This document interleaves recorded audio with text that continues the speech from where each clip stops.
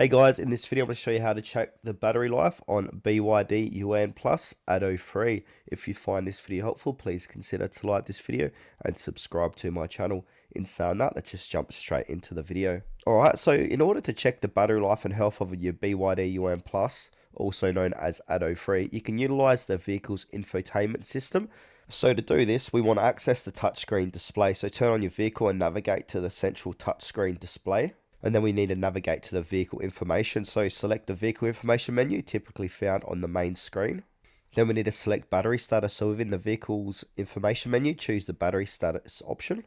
Then from here, we can review the battery detail. So the display will show state of charge, current battery percentage, estimated driving range, projected distance based on current charge, and also your battery health status. So this indicates such as good, normal, or needs maintenance.